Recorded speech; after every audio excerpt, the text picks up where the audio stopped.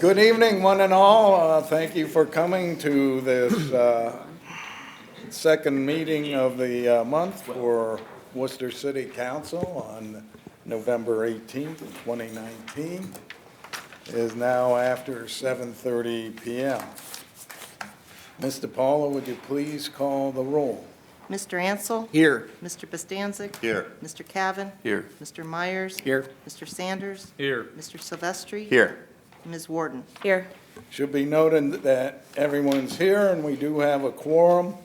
The agenda will remain as presented, and at this time, I would ask you to join City Council in reciting the Pledge of Allegiance. I pledge allegiance to the flag of the United States of America and to the republic for which it stands, one nation, under God, indivisible, with liberty and justice for all. Thank you, one and all. It's time to approve the minutes of November 4th, 2019. I would entertain a motion to approve those minutes. So moved. Second. Motion by Mr. Silvestri to approve, second by Mr. Myers. All those in favor, please say aye. Aye. Those opposed, say nay. Minutes of November 4, 2019 are approved. Welcome, Mr. Mayor, and looking forward to what you have to tell us this evening. Well, thank you, President Bidenbeck and council members. Good to see everyone. I know we have a very short agenda tonight. Be very sarcastic, and we're going to be here for a long while, but just a few things I want to point out. First off, congratulations to all the candidates. It was a very robust election season with very admirable attempts on both sides of the aisle to win the election. And I guess what I took away from that, since all council members and myself are back in, is the public has said, hey, you folks are doing a good job. You're doing what we need you to do. Keep up the good work. And so I encourage council to be a great partner moving forward, as you always have been, and we will keep doing the right things for our city. So, also, next we have in our audience a retired person, because Miss Sandra Hall, they threw a big party for her last week called the Main Street Annual meeting, and Sandra did go through her retirement at that event, and it was a wonderful occasion. And our congratulations to Sandra for 32 years leading the charge for our downtown for the city. So good job, Ms. Sandra.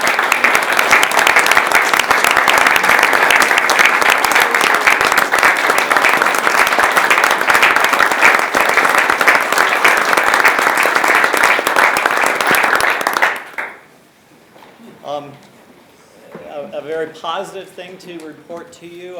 We've gone through a bit of a lull in new businesses looking at Worcester, but we did have the good fortune here at the end of last week to have someone looking at our city. Now we're in a competition with many other cities, so it's very early in the process, but they did come, and we had a prime opportunity to sell our city to them, and I think that it went very well. So we'll let you know if anything comes out of it, but I just thought it's sort of nice having a few of those coming back in the pipeline again. And lastly, the big thing for all of us is the budget facing us to be passed here. Our charter says that the mayor shall present to City Council by the second meeting in November a budget for the upcoming year, which you have all received here today. Just a few very high-end things, because we will dig down into the weeds through the next few meetings. Our general fund has a projected revenue of $26.6 million, a projected carryover of $13.8 million, for a revenue for 2020 of $40.4 million. The projected expenditures for 2020 is $27.7 million. So we'll have a carryover to start 2021 projected in the $12.7 million range. That budget that is in front of you includes transferring out $4 million to capital improvements to be completed or started and hopefully completed in 2020. It does include growing our organization by 3 people. And that's something that we don't do lightly because we realize that things are decent in the economy right now, but it can change very quickly. And so to bring these positions forward to council, we thought long and hard as an organization. But we feel that there is a need for a full-time park supervisor to be a part of the public property maintenance division. That's an area that we have grown in parks, and we feel that we're not giving them their due. And so we are asking for that position. We have a full-time master operator for the wastewater and water plants. This is a bit of a growth position because we have to have Class 3 and Class 4 operators, licensed operators to handle our water and wastewater plants. And so this is hopefully getting someone in the pipeline who will fulfill that requirement. And then one full-time third shift water operator for our water plant. During the tighter times, we have trimmed that down, and so we feel now with Daisy and some other industries coming on that to keep our water load more constant, we really need to bring an operator back in for that third shift. So that's really the very high-end piece of the budget. Andre will be explaining more as time goes on. Mr. Ansel, as the finance chair, will be having meetings and lots of discussions over the whole budget. But that's about as much as I should get into at this point. So with that, I will turn it back over to you, President Bitendijk. Thank you. Thank you very much, Mr. Mayor. We do have a petition for a liquor control permit request. If you would please read that, I'd appreciate it, Mr. Paulo. From the Ohio Division of Liquor Control, Minglewood Distillery Company, Ltd., doing business as Minglewood Distillery, 437 East South Street, Worcester, Ohio, 44691. The permit class is A3A. Okay. Mr. Bitendijk, could you remind me what that is? Because they already make the stuff down there. Actually, it's just like a transfer of ownership is what they're asking for. Yeah.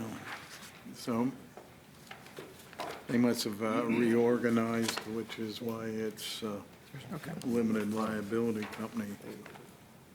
So as you are aware, we have a couple of options. We can ask for a hearing here in the county seat, hearing down in Columbus, or we can waive a hearing on this application. Motion to waive hearing, Mr. President. Okay, motion to waive hearing by Mr. Ansel. Is there a second? Second by Ms. Warren. Ms. Warren, would you please call the roll on the waiver of the hearing? Ansel? Yes. Costancic? Yes. Gavin? Yes. Myers? Yes. Sanders? Yes. Silvestri? Yes. Warden? Yes. Hearing will be waived. If you would, Mr. Paulo, let the Department of Liquor Control know that we waived this hearing. We've had several people sign up to speak tonight. The first one is Jason General Worcester Anderson. Mr. Anderson, if you would come to the front, please. I brought a friend with me, Mr. President. And you've all heard from me many, many, many times, and so I'm not going to take the time. Jason Anderson of 573 Northwestern Avenue. I have some very exciting news for all present this evening. As of last week, the large $25,000 grant that I had mentioned to you was granted for the statue project, which for the business at hand tonight makes this even more exciting, that if the proposed piece of legislation passes in full, the statue, the educational plaque, which is in bronze, and the stone base for that will be totally and absolutely paid for. After 1 year of hard work and 22 lectures all across the county, I'm very excited to to present that information to you. And in case you have not yet seen this, this weighs about 50 pounds and it's very heavy, but I thought you might want to take a look at what will be much, much, much larger. The sculptor is already starting on the life size, and he's extremely excited about it. So that's all I have for you, Mr. President, and members of the City Council. Mr. I Myers? have one question. It's for your wife. Is he sleeping with that thing? Is that on the record or off the record? Off the record. Thank you, Mr. Anderson. Thank you. Thank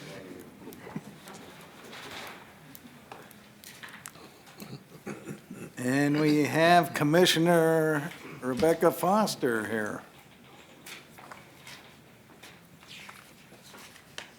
Good evening, Becky Foster, 3355 Oak Hill Road, Worcester. And my real name is Becky Worcester Foster. And yes, my maiden name is Worcester.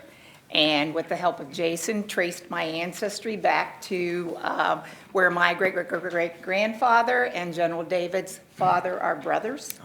So we are truly related, and I am just here to thank you for the consideration of donating towards the project that Jason has put his heart in.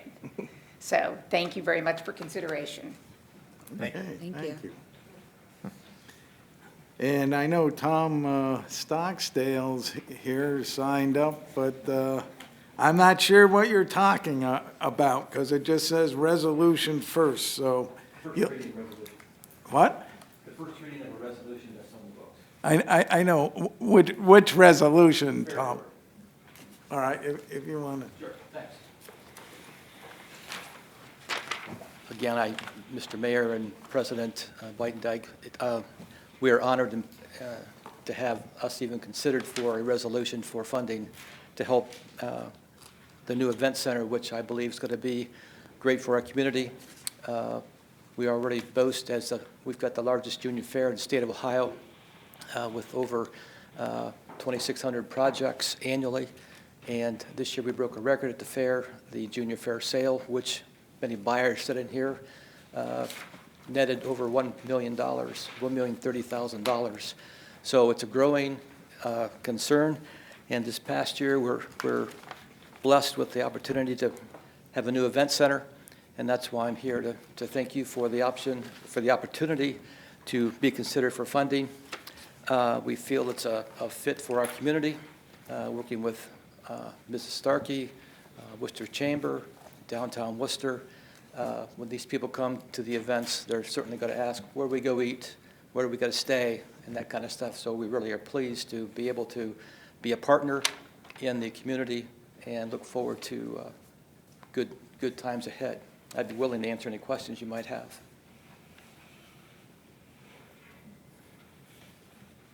Don't think so. Thank you very much. Okay. Okay, Rich Mayers? Are you here on behalf of the Fair Board? Yeah, I'll be real quick. I'm just here in support of Tom and the Fair Board, and appreciate any consideration that you have, the council has towards the bed tax to help with our large undertaking that we've taken on down at the fairgrounds for the community and the benefit of everyone involved. So just want to thank you for considering us. Thank you. And then, Mr. Dix, you got me completely flummoxed because there's nothing there, so. And I have no comments today. I'm going to pass. Okay, good enough. You just like to sign up? All right, so that concludes communications from public. No committee reports tonight, and no public hearings, although we will be having committee meetings, both December meetings, so plan to be here early. That brings us to unfinished business. We have one item on the agenda. It's third reading of resolution number 2019-54. It'll be presented by Mr. Ansel. And if you would, please, Mr. Paulo, read the title. Resolution number 2019-54, a resolution authorizing the Director of Finance to donate funds to the General David Worcester Memorial Statue Project and appropriating the necessary funds. Mr. Ansel, the floor is yours. Yes, thank you, Mr. President, and thank you, Mr. Anderson, for your positive update and your enthusiasm and your passion for this important and well-deserved recognition and project. We discussed this at length at our October 21st first committee meeting, and we certainly acknowledge the significance of this downtown icon commemorating the greatness and the contributions of General Worcester. There was discussion regarding the significant funding request, and we did discuss precedents in the past regarding similar tribute contributions on behalf of the City Council as it relates to the fiduciary responsibility associated with taxpayer fund allocation. And the discussion was lively. There was some thoughts. Certainly the concept has tremendous merit, and what an outstanding tribute to a great individual that doesn't have any problems with the legacy that they've created, as a lot of heroes have in the past. So that being noted, we all agreed that it is a worthwhile initiative. And on behalf of the Finance Committee, the concern was the $12,000 funding level request, which is significant in terms of taxpayer dollars. There was discussion of potentially reducing the amount and becoming more in a range. The one and only that we were able to archive, and Mr. Silvestri noted, was a $3,500 tribute to a veterans bench for the veterans of Worcester at the Wayne County National Cemetery in Rittman, commemorating those who died in battle from the city of Worcester, and it was a $3,500 donation tribute bench, and it's still located there at the graveyard. So that being noted, we had a very good discussion, and we've had additional discussions, and rather than amend the resolution to a more appropriate level, as, in my opinion, as the Chairman of Finance, we're going to let it stand this evening, and based on Mr. Anderson's update, it will allow him to achieve the 85,000 plus total project target, and we can let council decide whether that's something that they want to support this evening without amending the initial requested amount of $12,000 to more in the neighborhood of the $6,000 range. So that being noted, it's time to vote, and I would like to have any potential input from council before we pledge our votes and then proceed accordingly. Mr. Myers? Mr. Ansel, thank you. I appreciate your comments, and I know that we've had conversations about the funding level and the support. I feel that I've talked to every member of council that we're all in support of the project. It's a matter of at what level, and whether or not our funds should be appropriated for this or not.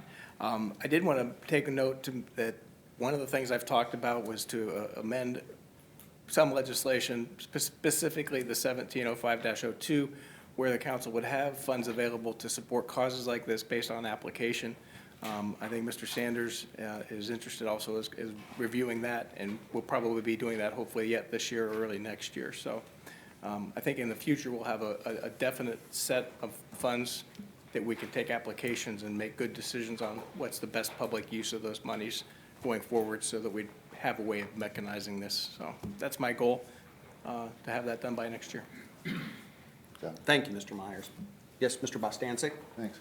I understand the concerns of Mr. Ansel about, there are a lot of requests that come before the city for funding from a lot of worthy groups, but I don't think we can take the stance that we can never say never to some of these funding requests. I think for the rare occasion when something like Mr. Anderson's, Mr. Alexander's, thank you, changing your name on you.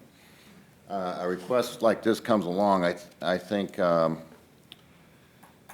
something like this, we should have the ability to to take the rare occasion when something like this that affects the whole city that has I think there's a lot to be looked at into this statute. You look at it, he's obviously done his homework.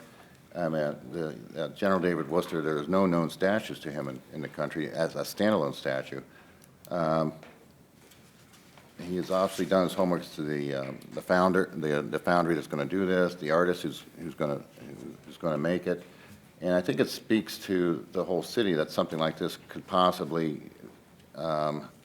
be a matter of I don't know, civic pride maybe. I don't know. You could put a dollar amount on civic pride, but I think the whole effort is something that could possibly deserve city funding. It's obviously a lot of homework's gone into this. It's a serious project, and he has obviously done his homework, and I think it's going to be on an area of Worcester and on the west end of Liberty Street in front of the library, where it could also be add as a focal point for the city in there. Heaven knows we spent a lot of money downtown on various projects, and I think when all is said and done and considered, I think $12,000 can be seen as a reasonable amount of money for this project. This is not something that's going to be here today and going tomorrow. I think it's going to be a fine piece of art, and it's going to be around for generations. Properly cared for, you're looking at a few hundred years at minimum. So I wish people would look at the long-term view of this, what it means to the city. As I said, there is a major civic pride in here as well, and educational areas as well. So I would vote I would encourage everyone to vote for the full $12,000. Thank you, Councilman. Any other feedback? Yes, Ms. I'd just like Warden? to commend Mr. Anderson. I think you've done an exceptional job informing the community and the members of Worcester City Council. The example of the statue that you brought before us tonight it looks wonderful. I can't wait to see it in our downtown, and this is something that I really hope that we as a unit up here can support. Thank you. Anyone else? Mr. President. Yes. First of all, I've probably told you this. Jason and I go way back. We are literally comrade in arms, as about 20 years ago we appeared on stage in 1776. Of course, he had a lead role as John Hancock, and I just played a bit player. But as they say, there are no small actors, just small roles, and I had a small role. That being said, having learned more about General Worcester from Mr. Anderson than I had in all the years I've lived in Worcester, in this day and age, in the rancor and that I see in today's politics, and the fact that I see plenty of politicians but very few statesmen, I think it can truly be said that General David Worcester is someone we would want our young people to emulate. He was honest. He cared for his fellow soldiers. And he was a true statesman as he put his country first before his own gain, before his own merits, before his own promotion. And that's so scarce in this day and age. I can't think of a better symbol for the city of Worcester to have this man who, it sounds like, was a paragon of virtue. I mean, how many people today would form a town and name it after someone who's not even living there and is not going to be a part of it? That's how much they thought of that man. And I think we should think about him enough that we could spend $12,000 to help construct the statue, or I guess you would forge, is it forge, or the foundry the statue of the man that we're named after. I don't vote, but I would urge the rest of council to think long and hard that you could do a heck of a lot worse in terms of having a symbol for this city. And General Worcester, we should be proud to have. Plus, we have a living relative here as a commissioner. So, doesn't get better than that. I'd like to close by saying I agree with all the comments and feedback, and it truly is a worthwhile tribute to a great individual, a great man, a great visionary. And my only trepidation, and again, I have my Bachelor of Fine Arts in studio sculpture, so no one appreciates fine art, and especially multi-dimensional, three-dimensional, life-size castings more than myself. However, that being noted, if everyone in Worcester embraced this, and I did follow up with Mr. Anderson regarding an update on the hundreds of hours that he's devoted to giving public speeches and overviews and requests for donation, that all of it or more of it wasn't privately funded. And that's my only hesitation, is taking taxpayer dollars for a program that certainly we all can agree has merit, is warranted, is a wonderful initiative. But wonderful things generally drive giving that fund those wonderful things. We see it work throughout our city, throughout our state, throughout our country. And that's the only disheartening thing to myself. He's been working over a year on his fund-driving initiative, hundreds, if not thousands of hours in terms of not only his time, but other people's times. It would have been nice to have him exceed his funding targets earlier than later and have foregone potential use of taxpayer funding for this type of initiative. That's my only comment. So that being noted, thank you for your heartfelt feedback and input, members of council, Mr. Anderson and the rest of the community. And now it's time to vote. Is that a motion to adopt? Motion to adopt. Motion to adopt by Mr. Ansel. Is there a second? Second. I didn't hear who was the first one. Second. Okay, Mr. Myers. It sounded like a tie to me, but Mr. Myers seconded.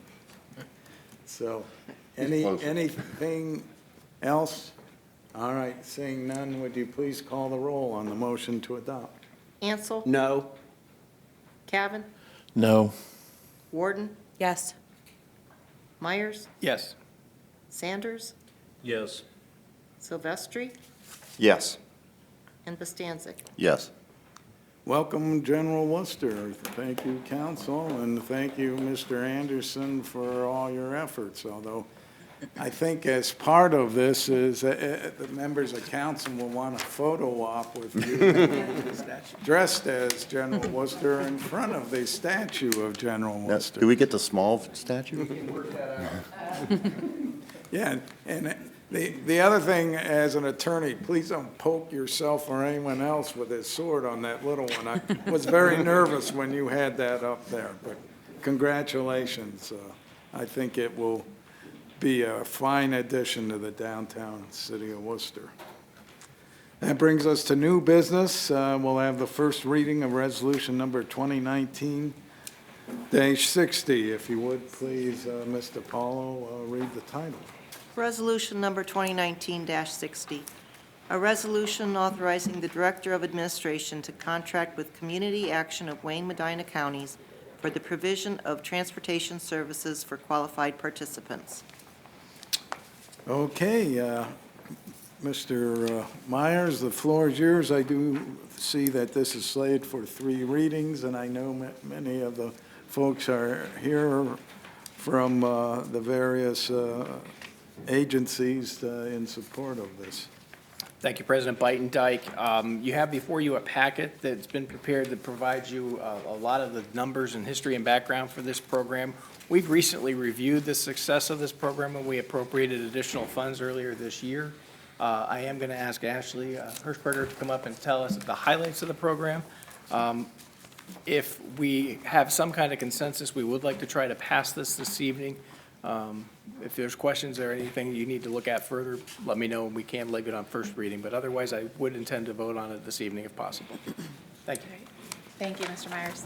I just would also like to say thank you for appropriating the extra funds. I was on maternity leave when that happened, so I appreciate that.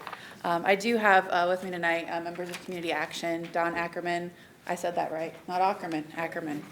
Melissa Pierce and Leslie Baus. They're all from Community Action. Leslie is the Wayne County Mobility Manager, and she has worked very hard on making this program what it is today. I'm beginning my 13th year with the City of Worcester, and this program has just improved immensely over the years, and it's amazing to see what it's doing for the community. So I wanted to, a lot of you know the program. I wanted to inform some of the people here tonight and on television what the program is all about.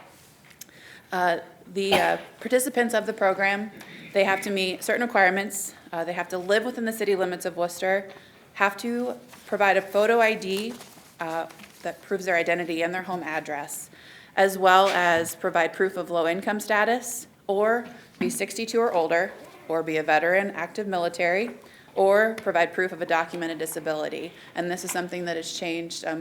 A few years ago, it was just a low-income status, and now we've added these other levels to it to help serve more people of the city. We currently have some social service agencies that are helping us with the passes, with distributing the passes. Those are in the packet: Aspire, Anazao, Community Action, Opportunities for Ohioans with Disabilities, Goodwill, NAMI, 180, and also the Wayne County Courts have purchased passes for their participants. We now have wheelchair accessible transportation. Gilcrest Outreach, Community Living Services, Precious Angels Transportation, and Worcester Transit are all now providing wheelchair transportation to our citizens. We currently have 70 work sites that are accessed through our program through the weekly employment and education passes. This also allows people who work up to 3 miles outside of the city limits to access work and education opportunities. Worcester Transit you can see that driving around town all over the place. Currently, we have 48 different locations that are accessed. Stops were added at Gojo and Artiflex to address work transportation needs. And also with the opening of Mark's and Ollie's, there was an underused stop on Melrose Drive near Browns Hollow, and we were able to move the stop over to Mark's and Ollie's to access that new business that had gone in there where the old Kmart building had been. Not everything's perfect, right? There has been a little bit of a hiccup with the Melrose Trailer Park and the church across the street from the trailer park not allowing the bus to stop there. So it's a hiccup in the program, and we are looking at alternative ways. So I wanted to mention that because we all come in with, oh, this is a great, awesome program, right? So we do want to make sure that everyone knows that when there is an issue, we're looking at ways to make sure that gets resolved for those people that live in Melrose Trailer Park, because they do access this program. And then I'm going to have Leslie come up and talk about the numbers, because she's a big reason why the numbers look the way they do. So. I'd like to thank you guys for believing in the program in the past, and your continued support and belief in it. So as of the time I put this report together, we had 1,507 people enrolled in the program. Of them, 109 are seniors, 106 are disabled, 25 are elderly and disabled, and 456 are not elderly or disabled. So that kind of gives you an idea of where this program has come and who we're helping to serve with it.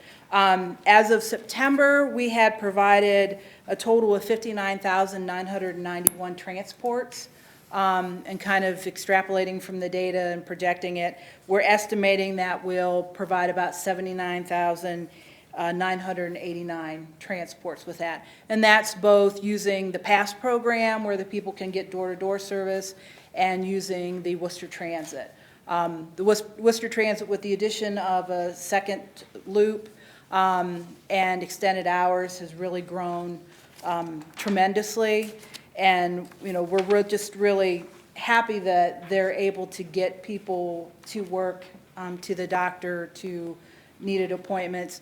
It's been a great partnership with the other agencies to be able to work with them to get their clients to the places they need to go. It's really exciting to see them being able to send them out to the Career Center so they can work on an education to better their life and, you know, build a career and not just a job when they go there.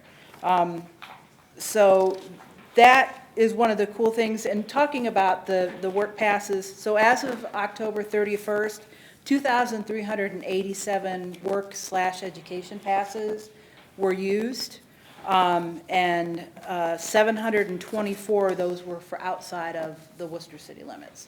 So again, and what we're seeing is people are going, we thought they would just be going to the big, you know, bigger factories, but, you know, they're using them to go to home health aid.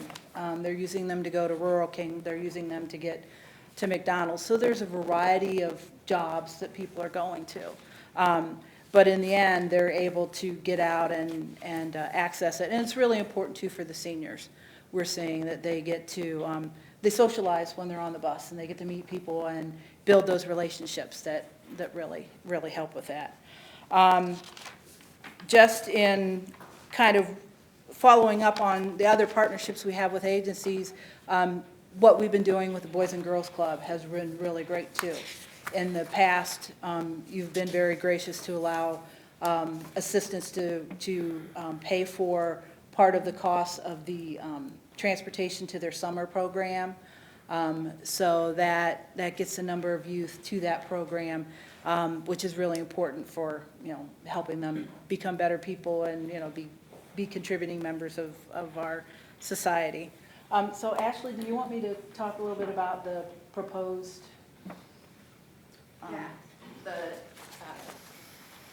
The Community Action was awarded a Paradox Prize grant recently, and that is something that Leslie will talk about. And just be aware that this is just an extension of the Work Pass program that we would be a part of from the city's part of it.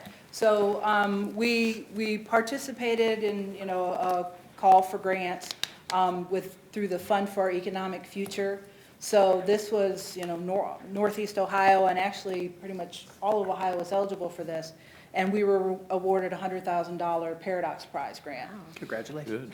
Thank you. So what that is allowing us to do is we want to take the success we've had here in Worcester and try to overlay it over the county. Because what I keep hearing from people all over the county is, why can't we have what Worcester has? Because they're really very impressed with, you know, we can get to work. You know, people are moving here because we have transportation now and they can get to work in other places. So with the Paradox Prize, we're coming up with a microtransit shuttle that will take people, right now for the pilot program, they'll go to Artiflex, Gojo, Scheffler, and Speed North America. And we're also working with the Career Center to help them get students to these places. The idea is for the people who are already in the PASS program, they would use that same amount of money that we use on the program that would be paid into this microtransit for their ride on the microtransit. The idea is if we can get more people on this microtransit, we can get hopefully the cost to come down a little bit, but also we're getting people there in an efficient manner. Environmentally, it will reduce a carbon footprint.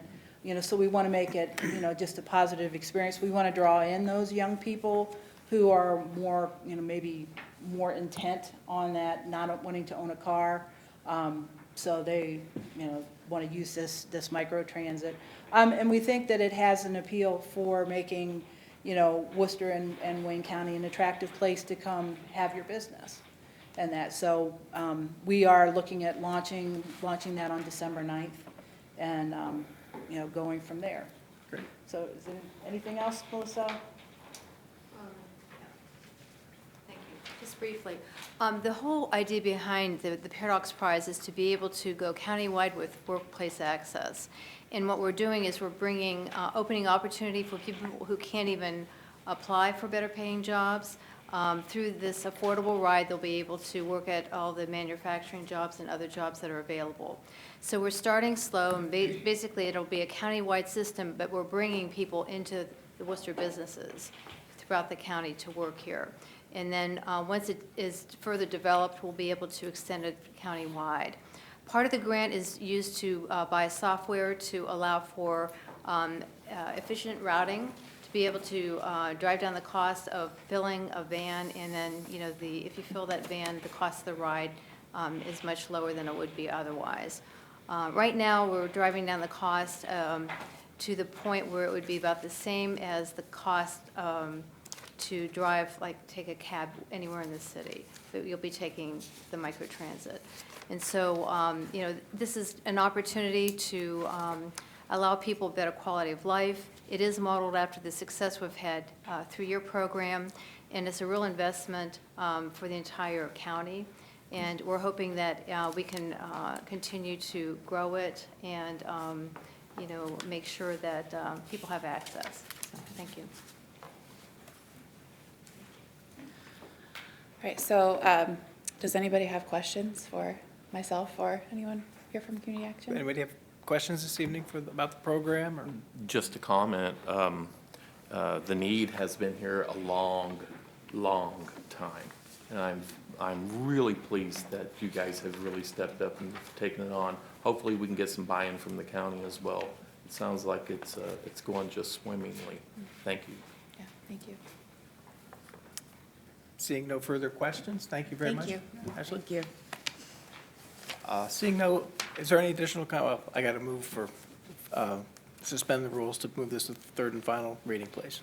All right, motion to suspend the rules by Mr. Myers. Is there a second? Second. Second by Mr. Silvestri. Would you please call the roll on the suspension of the rules? Cavan, Yes. Worden, Yes. Myers, Yes. Sanders, Yes. Silvestri, Yes. Costancic, Yes. Ansel. Yes. The rules are suspended. Look to you again, Mr. Myers. Thank you. Motion to adopt Resolution 2019-60. Motion to adopt by Mr. Myers. Is there a second? Second. Now you can, second by Mr. Cavan. Now you can. Is there any further questions from council?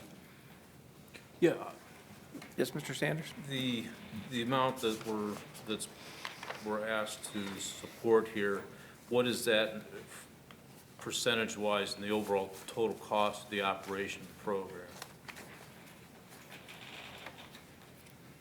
I don't know if I have that number. One of the graphs.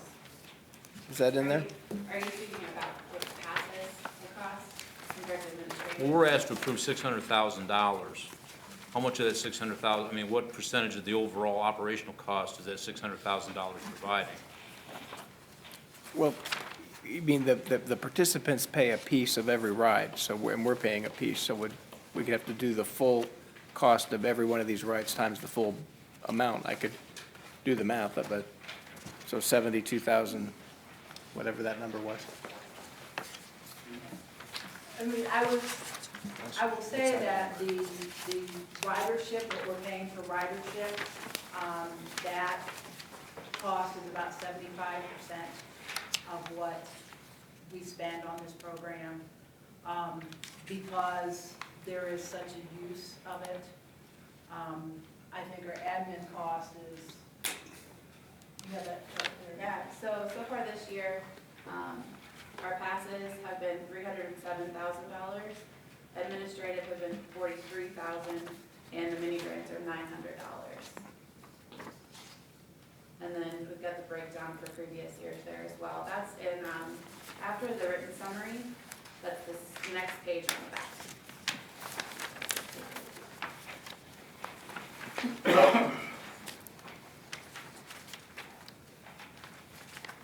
So in 2019, the city subsidized $350,000 So far, so far. yeah. But for next year, we're asking for $600,000. Correct. This is up through September. That's the initial 350 plus the amount we approved a month ago or so? Yeah, August. Just putting it all in one number this time. This is actually in the 2020 budget, so when we review the budget, it would, of course, be subject to approval of the budget in order to fund this for 2020. Thank you. Okay. Seeing no further questions, I move for, sorry. Well, I was just going to say, I think some of the statistics that Ms. Baus had shared was 59,991 transports, and that's pretty much to date, or at least when you did the report.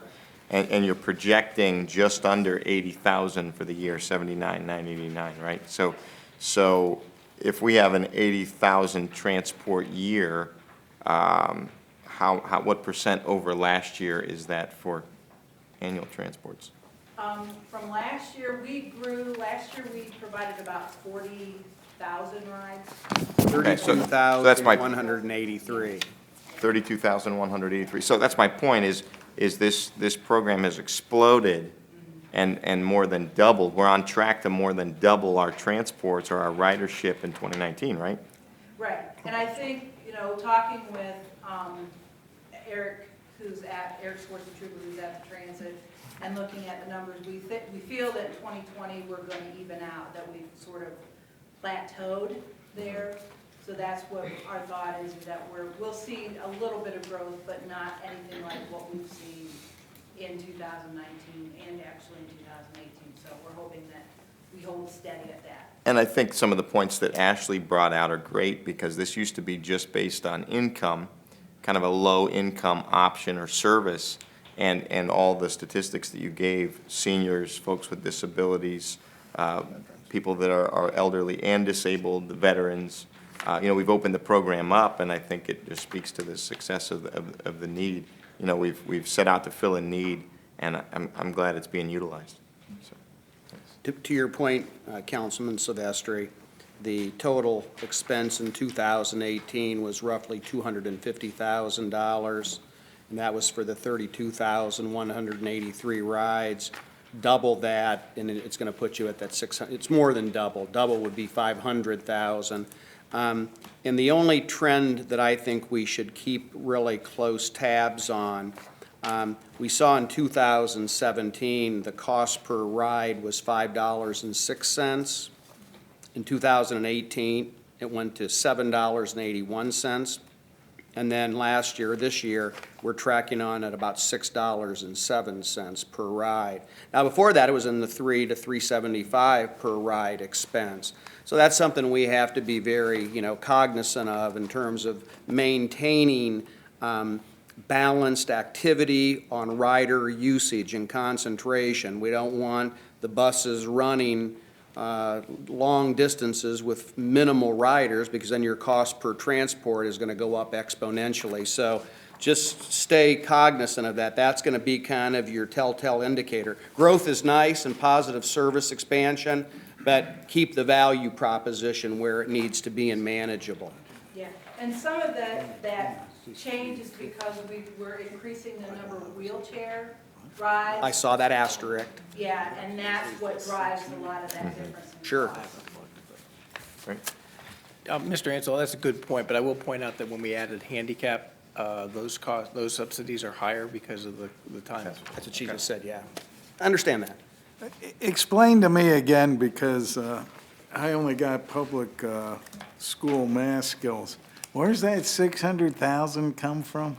Is that part the money spent this year and part earmarked or that we're contemplating next year, or is for 2020 we're spending 600,000, which would be significantly more than what we funded in 2019?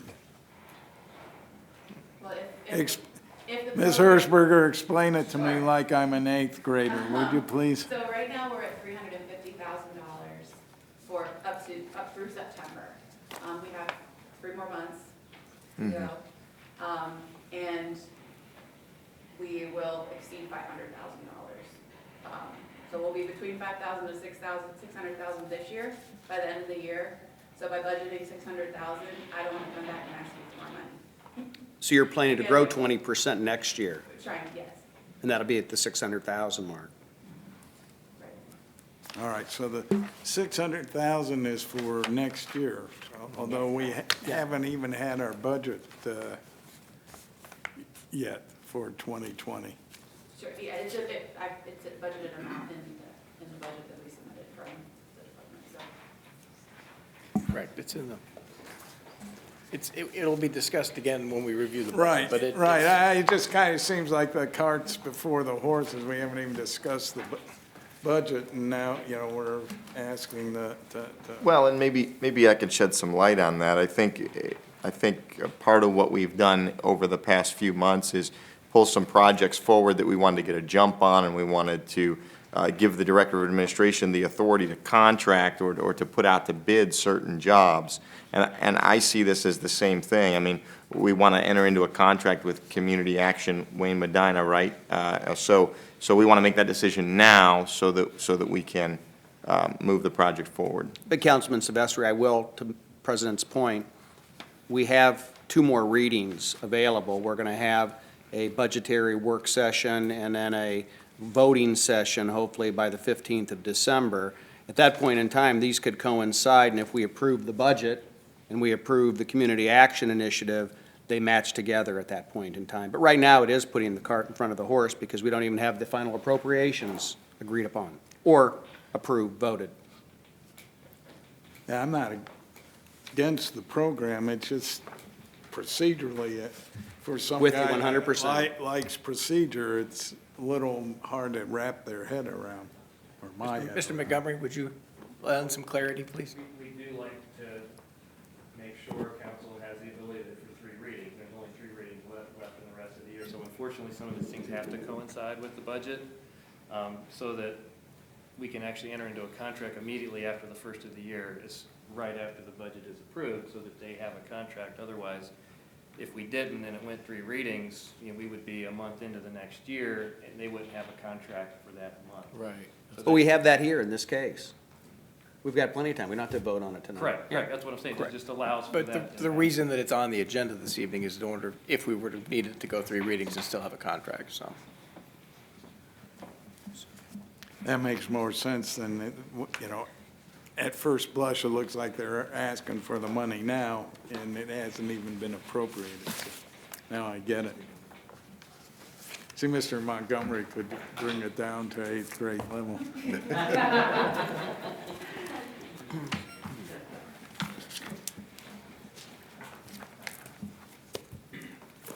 Anything else? Nothing further other than if, should we withdraw our request for approval? Leave it on first. Leave it on first reading? Would that make? Just leave it on You first. need to move the, I'd like to move to withdraw our request for a vote this evening, and we'll leave it on first reading. because you're the only one that can. I'm the only one that can, yeah. All right. Motion to withdraw the suspension of the rules. Sorry, Ashley. Second. Is there a second, Mr. Second, Cavan? second.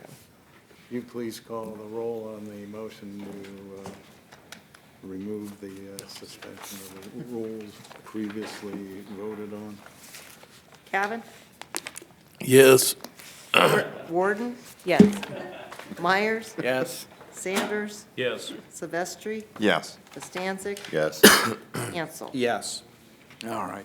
Okay. So we will consider this as having its first reading. I didn't mean to complicate things, but I was having a hard time grasping the monetary amount as opposed to entering in, agreeing to enter into a contract, so. Thank you, one and all, and my views had nothing to do with that I'm opposed. It's just procedurally it was not squaring with my sense of order. Okay, that brings us to ordinance number 2019-22. It will be presented by Mr. Ansel. It is slated for 3 readings. Before I get to you, Mr. Ansel, I will once again ask Ms. DiPaolo to read the title. Ordinance number 2019-22, an ordinance appropriating from various funds to individual accounts for the current expenses and other expenditures for the City of Worcester for the fiscal year ending December 31st, 2020, and declaring an emergency. Mr. Ansel, the floor is yours, sir. Yes, we all know the routine. We all have received our 2020 appropriation budget. Thank you, administration and Mr. Dordia. We have a lot of work to do between now and year end. I'll be brief regarding the annual budget, but I would like to announce a couple of meeting dates so everyone has it on their calendar, so we can plan to get this review process initiated and completed before year end. We will be holding a Finance Committee meeting commencing at 5:30, Monday, 12/9. We have a hospital program. I would have had it the week earlier, but we have a program celebrating the Worcester Community Hospital's Top 100 Hospitals event. So we'll attend that, and then after that, we'll come back and have our regular council session. So that'll give us a couple of weeks to prepare. Please channel your questions through our Finance Committee or directly through Andre and Copy Council, so we are aware as to those questions on the line item budgets being proposed. We will also have a Finance Committee meeting prior to council session on December 16th at 5:30. That should give us, we have 2 to 3 hours on our first night. We have 2 hours on our second night. If we can't conclude the budget at that point in time, we'll have a year-end section before Christmas to finalize it, so we will bring this process to successful conclusion. But I think, between now and December 16th, we should be able to have this wrapped up if everyone stays focused and works hard. So thank you. And then also on the evening of the 16th, the hospital will be presenting their component of the budget, of which we will have that information 1 week ahead of time. I would ask the administration to have our preliminary packet at our 12/9 meeting. Mr. Dordia? Is it included in there? Yeah, it should be. Okay, then we're fine. Section 5. Okay, with Section 5. It is Section 5. Okay. We just received that this evening, so it's in there. We can have our preliminary. Okay. Good. Thank you. So that being noted, I'll close that component of business this evening. Okay, well, consider ordinance number 2019-22 as having its first reading. And again, reminder that the 9th, which is a Monday, but it's not a council meeting Monday, so everyone's going to have to remember that, I have a meeting on the second Monday of the month. I'm sure Lynn will make everyone aware of that. I'm sure I'll send out the invites by tonight. You sure, Mr. President? Yeah, well, I'm just double checking, because I know how people are. I deal with people every day, and it's like, I had a court hearing today, I forgot. Do you forget how I can nag? Yep. Just brings us to resolution number 2019-61. It will be presented by Mr. Ansel. It's slated for 3 readings, and I know folks are here from hospice, and there's probably an attorney out in the midst too as well. So before we get there, would you please read the title, Mr. Paul? Resolution number 2019-61. A resolution granting approval of the issuance by the County of Montgomery, Ohio of its revenue bonds, a portion of the proceeds of which will be used to finance and refinance facilities owned and operated by Life Care Hospice located within the city of Worcester, Ohio, and declaring an emergency.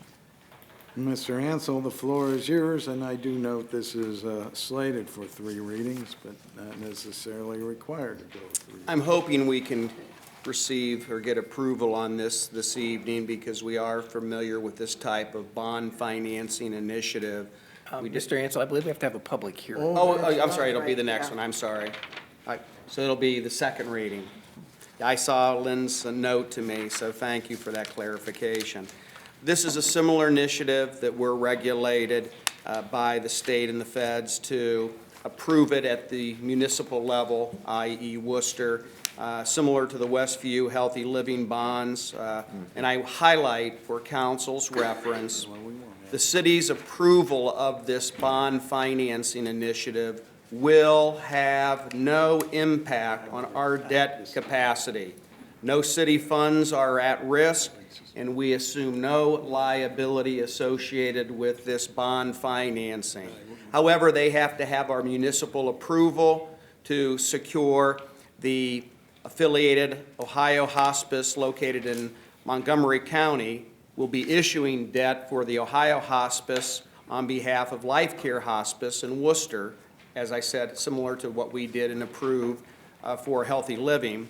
Ice Miller, representative in the audience this evening, you can ask any question, is representing Ohio's Hospice as bond counsel, and they have reached out to us for the local TEFRA. You want to give us that acronym, Andre? TEFRA. Sounds kind of cool. Tax equity and fiscal responsibility. Okay. 1982, I was still in high school. Tax Expenditures Fiscal Responsibility Act. Approving Montgomery County issuing of the bonds to Life Care Worcester. So very straightforward. It's more of a fiduciary, not non-fiduciary, but an administrative function saying that we approve this financing option, and then they can proceed along the proper channels. We will have a public meeting at our next session in 2 weeks to answer any questions or respond to any public input or feedback regarding this initiative, and then we can proceed accordingly during the second reading. Thank you. Mr. Ansel, I just want to note that I will be recusing myself from the vote in 2 weeks. So noted. Thank you, Councilman Myers. So, anything else you want, I assume? Would you like to add anything to that commentary, Council? I would hate for an No, I agree. attorney to come all this way and not have anything to say in public. Please. Especially if he's getting paid by the word. Good evening. I'm Mike Miller with the Ice Miller Law Firm, serving as bond counsel to Life Care Hospice. The summary you heard is very accurate. Basically, we need the city's approval for Montgomery County to issue bonds to finance and refinance a project here in the city. So that's required under both federal tax law that applies to tax-exempt bonds as well as state law. Basically, the public policy is they don't want a county issuing bonds for a project within your jurisdiction. So it is fairly administrative, ministerial, but it is a formal requirement that is necessary to use the proceeds of tax-exempt bonds for Life Care Hospice here in the city. I'm happy to answer any questions. Mr. Kurt Holmes, the Executive Director from Life Care Hospice, is also here. He's also available to answer any questions. Well, thank you very much for attending this evening. And again, this isn't our first rodeo as it relates to this administrative process. So thank you. You're in good hands, Kurt and team, and good luck. Thank you. Thank you. Thanks. Okay, we will consider resolution number 2019-61 as having its first reading, and we'll be having a public hearing at the next council meeting. Turning our attention, we'll be looking at resolution number 2019-62. It will be presented by Mr. Ansel, and again, it is slated for 3 readings. Before we get there, we'll have Ms. DiPaolo read the title, if she would be so kind. Resolution number 2019-62, a resolution authorizing agreements with applicants for the use of economic development monies. Mr. Ansel, the floor is yours. Well, first and foremost, I would like to thank the Wayne County Fair Events Center and the Wayne County Fair Board for their initiative regarding the wonderful facility expansion at our county fairgrounds. It certainly is a marquee showplace that will serve our community well into the future. It was a bold initiative, and during our Finance Committee meeting, we had ample time to review your request and the format of your request. And unfortunately, on behalf of the Finance Committee, of Councilman Sanders, Councilman Myers, and myself, while we respect and appreciate this request for bed tax allocation, it doesn't really fit the current guidelines for our standard bed tax allocation. At least that is our committee's interpretation. This is more derived, and again, because the event center has some promotion of tourism, it doesn't have a long track record yet, of course, because it's just being started. Unlike other bed tax applications that we've received that have a legacy, a history, multiple events, number of involved individuals, the income derived through secondary channels, through the restaurants, through the hotels and motels, et cetera. So we were sensitive to that because really the allocation of bed tax funds isn't really focused on operating expenses or debt funding expenses. It's on promotion of tourism within our city. And while we like and appreciate the concept, we as a committee always reach consensus for the rest of the council's consideration, and our consensus opinion is this does not really fit the heart or the true intent of the bed tax allocation model, unfortunately. Thank you very much for the beautiful facility in our city. It will have a future for success and contribution. We're well aware of that. And then the amount funding would have pretty much depleted all of our current bed tax allocations derived from the total bed tax receipts. This year, we're looking to finish about $136,000 of available funds. We are aware of that. The bed tax will derive about $280,000, but the city keeps some in the general fund, and that's to Councilman Myers' point. There could be an opportunity for future discussions as it relates to changing the allocation of the bed tax receipts. So for every dollar of bed taxes, so everyone's aware, the city keeps 52% into the general fund and makes available 48% for distribution to applications screened, reviewed by the Finance Committee, and then we make recommendations to council. But what we wanted to do as a committee, for all fairness and objectivity, is draft a resolution for council to review and vote on regarding this request independently and singularly, because we obviously don't have all of the same opinions. So Finance Committee can make its recommendation and consensus opinion, but we all get the vote. So I would open the floor for any discussions, but I am going to move this piece to third and final reading this evening. So I would like to take action on it.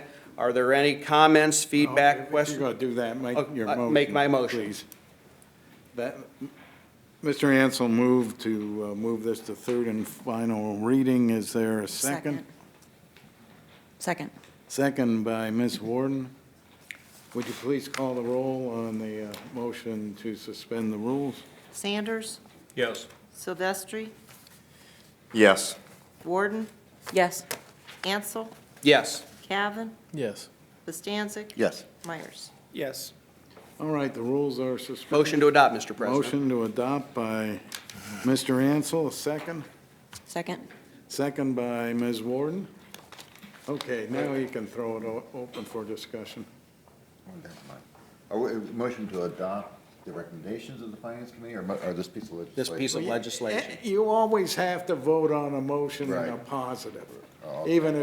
even if the outcome is to vote it down. So Okay. that's why we have a motion to adopt. I don't know what the outcome is going to be Oh, I see, okay. But obviously, Mr. Ansel has at least laid some groundwork saying it's not within a recommendation of the Finance Committee that it be approved, but we still have to vote in the affirmative, or, I mean, it has to be couched in the affirmative, we still can vote in the negative. Ms. Warden? Thank you, Mr. Ansel.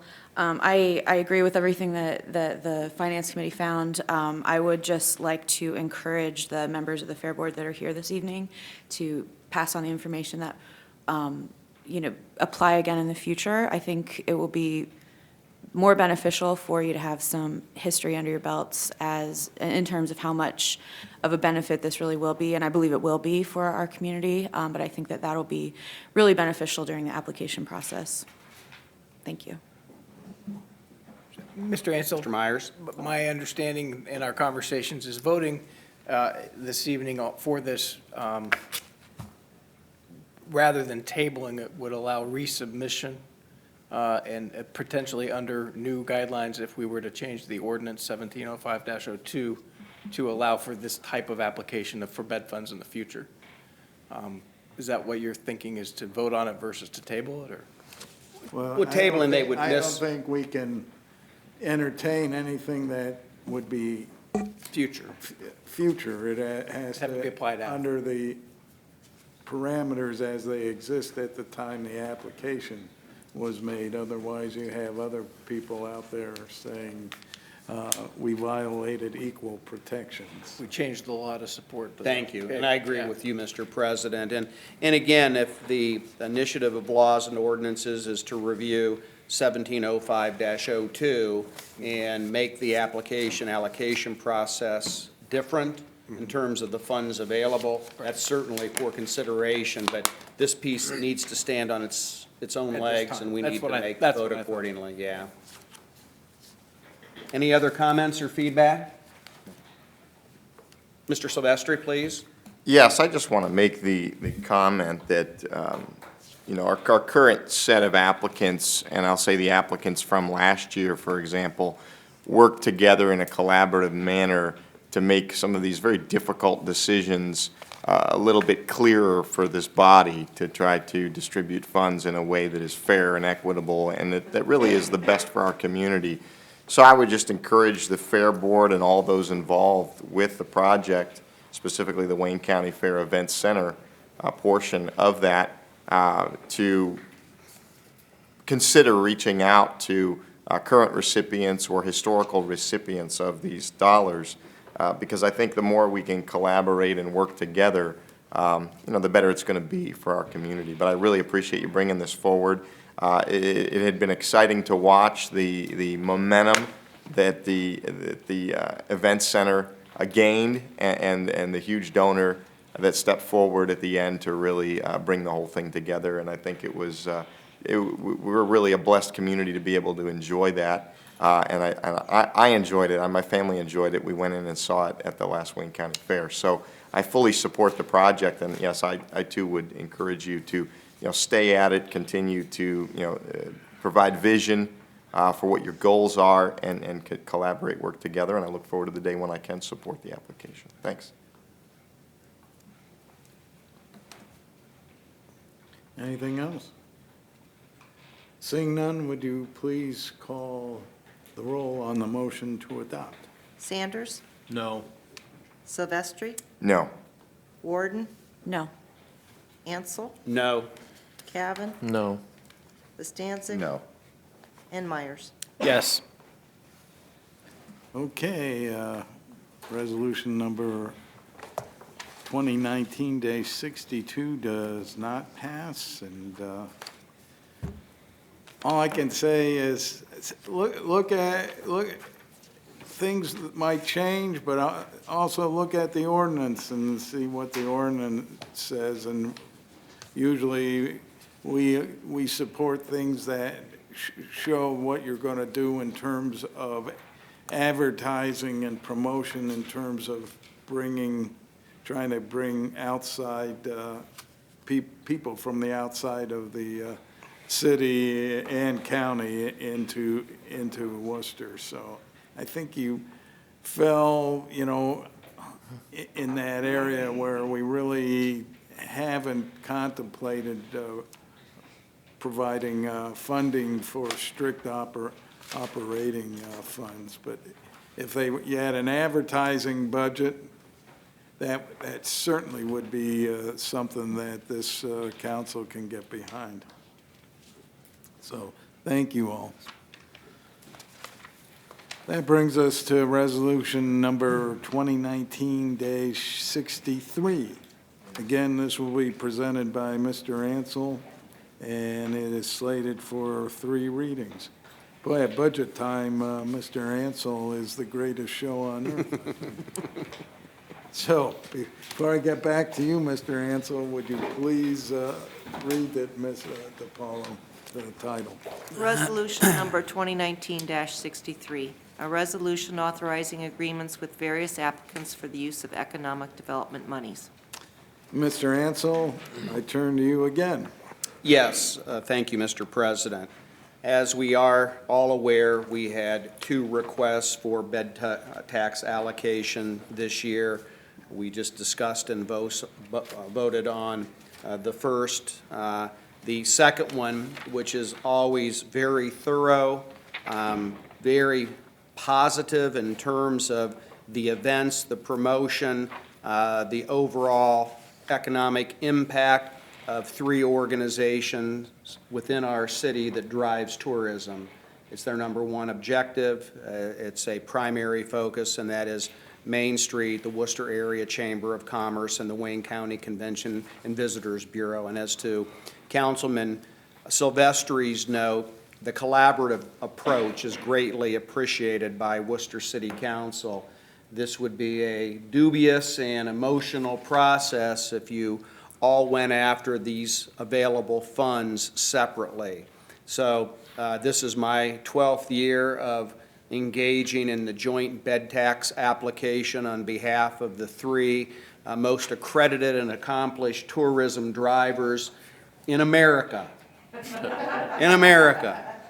Demographically speaking for micropolitans. But it is a good summary. It's good news also because our bed tax receipts in 2019 should finish about 5% or $10,000 ahead of prior year. And as we all know, $50,000, the first $50,000 or less is distributed Main Street 57.5%. The Chamber receives 37.5%, and the Wayne County Convention and Visitors Bureau receives 5%. Anything over $50,000, and this year, again, there will be $136,000 collected. The distribution to Main Street will be $71,763. The Chamber of Commerce, $44,558. And the Wayne County Convention and Visitors Bureau, about $20,000. Now, that is all subject to change to the year-end receipts, but that's the way we're tracking right on. And Andre, Mr. Doherty, always has an uncanny ability to be a few percentage plus or minus, right? They're based on historical trends. So that being noted, we thank you for your continued contribution to the economic development of tourism within our community. Keep up the great work. Your application is spot on, as Ms. Warden highlight. You have statistics, you have economic impact, you have dollars brought in, spend. It's going to be hard to beat that application, and because of the thoroughness, and you have the history of being able to justify the request. So thank you for making this process effective, unemotional, and streamlined, but another successful year. So that being noted, Mr. President, I'd like to go ahead, since this is the only bona fide application, to motion to adopt Resolution 2019-63. Well, first of all, we got to Suspend the rules. All right, motion to suspend the rules by Mr. Ansel. Is there a second? Second. Second by Mr. Silvestri. Would you please call the roll on the suspension of the rules? Silvestri? Yes. Warden? Yes. Ansel? Yes. Cavan? Yes. Costancic? Yes. Myers? Yes. Sanders? Yes. Okay, the rules are suspended. Motion to adopt. Motion to adopt by Mr. Ansel. Is there a second? Second. Second by Mr. Silvestri. Mr. Myers? Thank you, Mr. Ansel. I want to point out my recommendation to look at drafting change to the bed tax appropriation in the ordinance 1705-02. In my opinion, and again, it'll be brought before laws and ordinances and then the council, is that we don't touch this part of the funds that's currently going to my friends at the Visitors Bureau of the Chamber and at Main Street. So it would be unaffecting your current funding in my hopes. So just be aware, I'm looking at the other 52%. Thank you for that clarification, Mr. Myers. Yeah, I'm not going to get out of here if I don't clarify. Sandra's already given me beady eyes. Any other input from council? That's nice. Mrs. Hall, you have any last remarks? This is your final time here. I just want you to know what a privilege and a pleasure it has been for 32 years. The one-year employment contract became a passion. And thank you all, because we have, our public-private partnership is an icon, not only in the state of Ohio, but it is utilized everywhere in the country, and people look at it. So we are the longest Main Street in the state, longest continuous program in the state, and I think now we are one of 4 or 5 in the country. Wow. So it's all up. Thank you all. It's been a privilege and a pleasure. And I would like you to meet Shannon Waller, who is the new executive director. Oh, welcome. Hey. Hi. So thank you all, and I want you to know this is my second volunteer project. The first one was sticking winter berries in the pots downtown for Window Wonderland, which of course you need to come to on the 22nd, and this was my second. So thank you very much. Thank you very much. Thank you, Sandra. Anyone else? Seeing none, could you please call the roll on the motion to adopt? Silvestri? Yes. Warden? Yes. Ansel? Yes. Cavan? Yes. Stanzik? Yes. Myers? Yes. Sanders? Yes. Resolution number 2019-63 passes. Now, go bring more folks in here. Thank you, one and all, for all your effort. Thank you.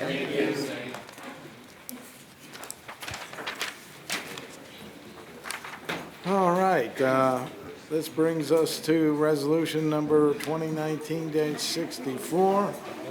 It'll be presented by Mr. Bostancic. It's slated for 3 readings. And if you would, please read the title, Ms. Paul. Resolution number 2019-64, a resolution approving the report of the Assessment Equalization Board on objections concerning the estimated special assessments for the downtown streetscape Phase 2 and declaring an emergency. All right, Mr. Bostancic, the floor is yours. Yes, City Council created this equalization board to hear any possible objections to assessments for the properties that would be affected by the downtown streetscape. The board has filed its report today, and there was one objection that was filed, and the board had found that this objection did have merit, and the board agreed that the special assessment does not equitably allocate costs based on the percentage of overall assessed cost.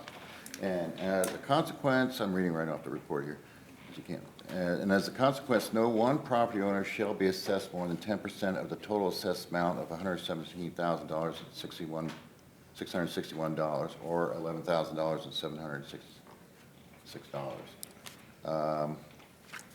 I would move to, if there are any questions, I would move to accept the report as given. So, From what I understand, it's for all across the board, for all There's This will one, go all one across the board, objection. right? Yes. And all individuals, people being assessed will not be assessed more than 10% of the overall assessment value. Some will be assessed less, and the maximum amount would be 10% of the total project, or, Basically, there's one entity that's being assessed 10% of the assessment, and everybody else is staying the same. okay. So, do you want to, David? well, Go ahead. are you going to move this forward, or? Yes, I'm going to move it. All right. Well, But there's a question. Well, No, go I ahead. was going to say, let's make your motion. Okay, I move to adopt. To accept the Motion to recommendation of the. Suspend. Motion to suspend the, I heard motion to suspend the rules. For Well, my- I don't, this doesn't have a 3 reading, does it? I think we can go right to. It's slated for 3 Is it readings. Yeah. Yeah. It is budgeted, though. Shouldn't be slated for 3.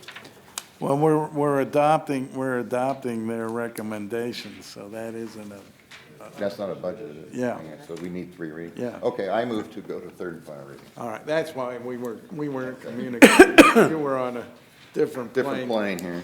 Yeah. All right, a motion to suspend the rules by Mr. Bostancic. Is there a I second? second. Second by Ms. Warden. Would you please call the roll on that? Warden, Yes. Ansel. Yes. Cavan, Yes. Bostancic. Yes. Myers, Yes. Sanders. Yes. Silvestri. Yes. Okay. The rules are suspended. I turn to you again, Mr. I move Bostancic. to adopt. Motion to adopt by Mr. Bostancic. Is there a second? Second. Second by Ms. Warden again.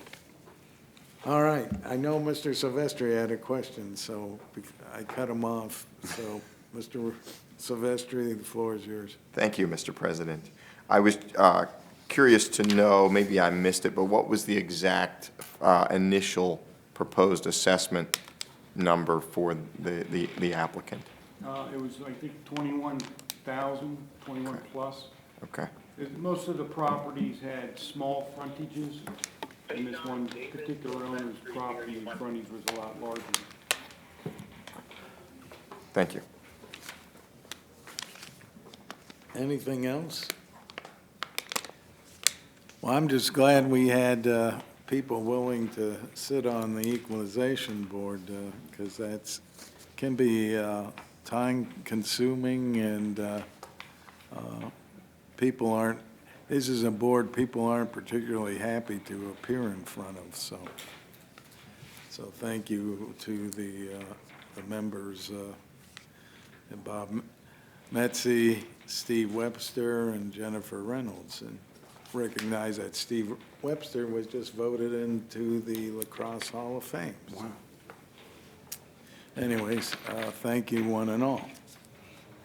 If there's no further discussion, would you please call the roll on the motion to adopt?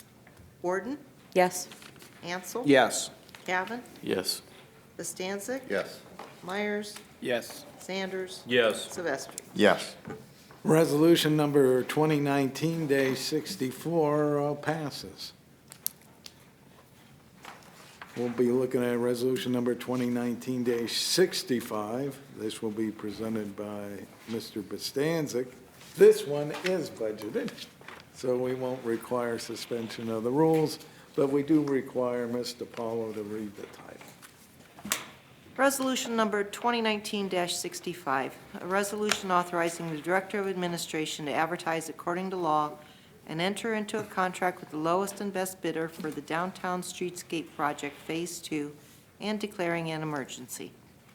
Mr. Bostancic, the floor is yours, sir. Thank you. We've seen a number of pieces of legislation concerning the streetscape project, and this is the final piece of the puzzle, and we are ready to send out bids for we're ready to advertise for bids for this project, which is, as we see, it's $975,000, and this has already been budgeted, and the administration is ready to start advertising for these bids, and this is pretty much what we have here. Right. Any questions, comments? If I could, I just would like to reiterate, I made the comment several months ago when there was some concern from some of the downtown businesses about the timeline for when this would, some of the streetscape would take place. I would just like to remind the administration to please give them substantial notice so that they can prepare, particularly the businesses located in the downtown parking lot area. I know that was a big area of concern for them. Thank you. Anything else? I know it's a lot of money, but when I see some of the aerial pictures of what we've done to improve it, it does look nice, and hopefully it'll be continuation of, tired, I was in Columbus all day, continuation of what we started 32 years ago, so. And this also takes into some concerns about safety issues and ADA compliances, so it'll hopefully fix a lot of problems. Yeah. Seeing nothing else, would you please call the roll? I don't have a motion. Oh, I'm sorry. Yep. I move to adopt. Motion to adopt by Mr. Bostancic. Is there a second? Second. Second by Mr. Silvestri. Any further discussion? I want to maybe just make a highlight. Here, he'll help you fill out your article, Rooney, so listen up. I want to commend council and the administration for establishing reserves for these type of capital improvements. This is a process that takes years to compile these type of reserves to earmark out of our annual operating carryovers for these type of long-term construction, renovation, and beautification projects. So it's like a savings account. We save and we save and we save, and then we spend, and this is a considerable amount of money. But when we looked at the process, it's all about fiscal responsibility and the ability to set reserves aside for these future investments. Most municipalities don't do that. Then when the day of reckoning comes, when it finally is a state of disrepair, they don't have the funds. So it's nice to have working capital to make these type of ongoing long-term public improvements. Thank you. Anything else? Now, would you please call the roll on the motion to adopt? You bet. Ansel? Yes. Bostancic? Yes. Cavan? Yes. Myers? No. Sanders? Yes. Silvestri? Yes. Warden? Yes. Resolution number 2019-65 passes. Now we're looking at ordinance number 2019-23. It'll be presented by Mr. Sanders. It is slated for 3 readings. Mr. Paula, would you please read the title? Ordinance number 2019-23. An ordinance adopting a red flag policy and establishing an identity theft prevention program for the Departments of Utilities and Finance and declaring an emergency. Mr. Sanders, the floor is yours, sir. Thank you, Mr. President. Yeah, this program, this red flag program has been developed in accordance with the Federal Trade Commission's identity theft prevention red flag rules, and has been created or will be created after conducting an assessment of risk of the identity theft associated with certain accounts that arise as a result from providing wastewater treatment to the properties within the city. And the short end of it is the reason why we need to establish this is because, in essence, we provide, we provide accounts for people, to pay for their wastewater, and everything is usually 30 days in the rear. Not that that really has a major effect on it, but the bottom line is because we have, and basically providing them an open account, it has the propensity for some type of identity theft.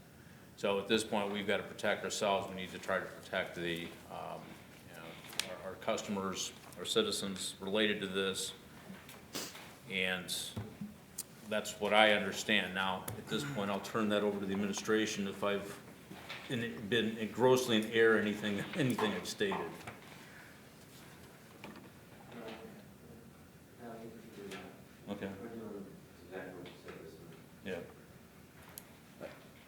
Was this done at the request of the federal government, or is it now law?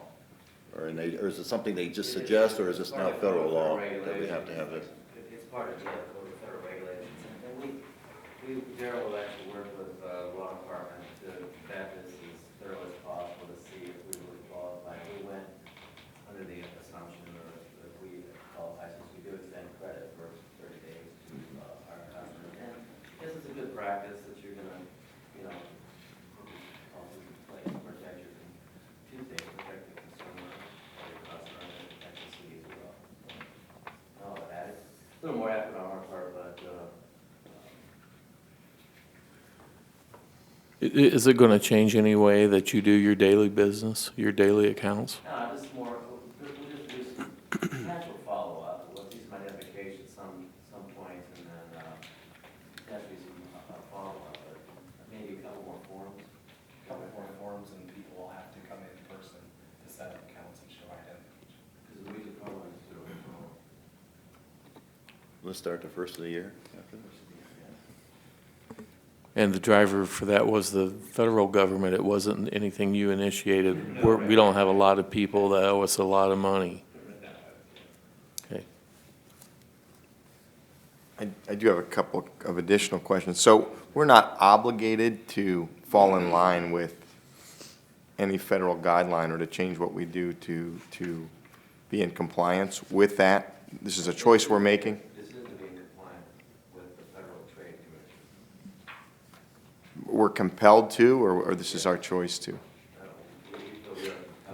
I Big guess brother, Mr. Sylvester. here's it's my Big question. Brother. My question is this, the only issue I have with this is we're going to make people come in person, which sounds much more secure, but it's a frustration point, and I never see the point in penalizing the law-abiding citizen and putting everybody through the paces just because there are people out there that are dishonest. So that's what I don't like, is changing the whole process to make it more cumbersome on the law-abiding citizen, just for, quote, extra protection. I guess I don't see the clear benefit, and I didn't know if there was a cost associated with this, or if it's just, like Andre said, is it truly just absorbed into your day-to-day activities? And really, it sounds like it's more put on the shoulders of the consumer than anything else. Is that right, Mr. Mosier? What we will be doing is, with existing staff that we have come up with an application. People will have to fill out that application and submit ID. It's, if there had been a way for us not to have to do this, we would have, but the guidelines from the Federal Trade Commission are clear that we are covered under the law, and we have to take these steps. Mr. Sylvester, if I may, so the Code of Federal Regulations, the definition that they have, creditor, we interpret as including ourselves. So based upon that, we fall under the requirement to have this type of regulation. And like Mr. Doherty was saying, it is something that is a minimal amount of effort on our part. It's really a minimal amount of effort on the part of the customer. And in the long run, all it really is going to do is help make things more secure for them and for us. So where it's something that we don't really have a choice over, in the long run, I think it's going to be a net positive for everybody. I guess But we don't have a choice. my question is this: do we or do we not have a choice? Because to interpret the fact that we bill on 30-day cycles as being a creditor, why do I not have to show up at an AEP office or an electric utility office in order to change an account? Or why do I not have to show up at a gas company office and present ID in person to change over that? Yeah, but you have an extensive application for AEP or any other electric utility. I mean, I fill those things out at least once a month for my customers, and it's one full page, and they need to have, I mean, they're asking for address, they're asking for their tax ID number, at least ones I have, because they're commercial accounts. I still don't have to show up in person, though. Well, it's still an application. Why do we have to have the requirement to show up in person at City Hall for this? I think probably, and we can, talk about, processes and everything, but I think that what other way do we have to make sure that they are and they are? We could send our home inspector out to their location if they are unable to get to City Hall. Yeah, I suppose we could do that. It's something where they. It's within the city limits, it's not like it's gonna be far. Yeah, if they claim credibly that they have some sort of disability, I would suppose we could do something like that. That would constitute in person if we send someone to their location, right? Yeah, yeah. I mean, if they have some sort of disability that prevents them, I'm sure we can work out something to aid them in that. Would that be acceptable in your mind? But most every place requires some sort of ID. If you think things are easy, try to discontinue service when the person's dead. If you don't think there's a lot of hoops the gas company and AEP has, then you are sorely misled. Well, then make They them, can't make come them in show up, make them show up in person to continue service in those cases, and then it'll be clear they're no longer living. I still don't see the need to put the burden on every law-abiding citizen. A need, it's a requirement by the Federal Trade Commission. But from what I'm hearing, we're interpreting ourselves as a creditor just because of our 30-day terms for, We're extending credit. okay. Pretty simple. Sounds like a stretch of an interpretation, but I'm not an attorney.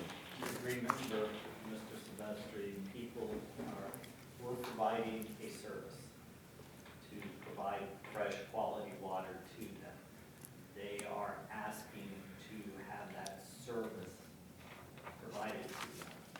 Part of the rules, because of the federal government, are that we have to do this, this red flag rule. Can any- I agree with you, I'm not crazy about adding any more layers. I guess I'm curious, Unfortunately, when did this, it came down to what was the date of enactment of the federal guideline? It was a little while ago. Well, I think the real purpose of this is that it's to put at the local level a means to help stop identity theft. So really, that's probably the underlying purpose, especially when you look at the definitions and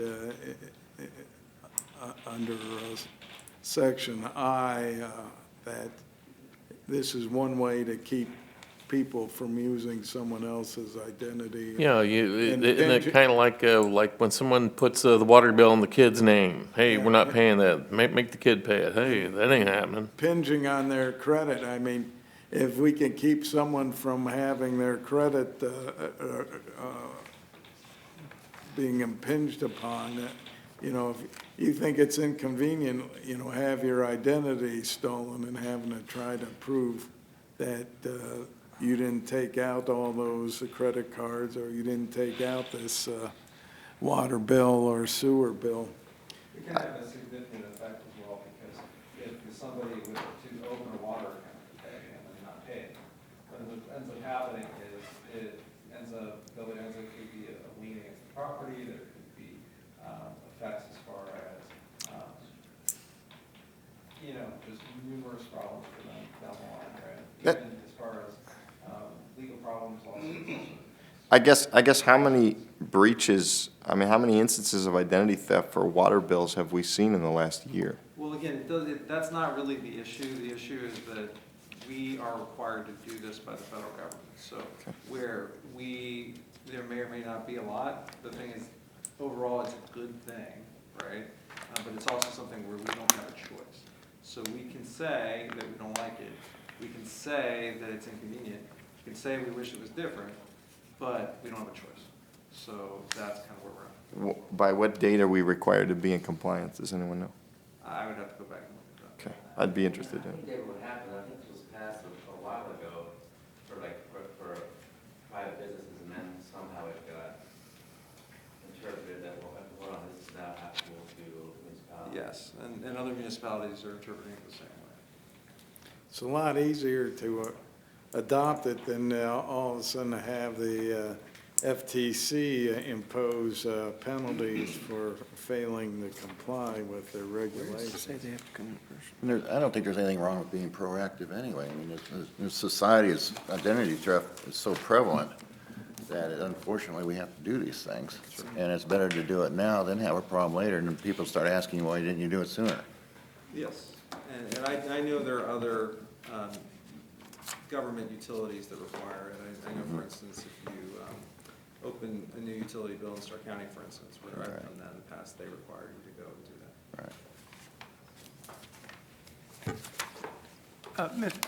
Having just got this here Friday, where in this section does it say they come in person? I'm not seeing that, I guess, I'm not finding it right off. If you go through the actual requirements, so City of Worcester Identity Theft Prevention Program, I'll have to find it in here, but. I'm sure it's there, I just didn't see it.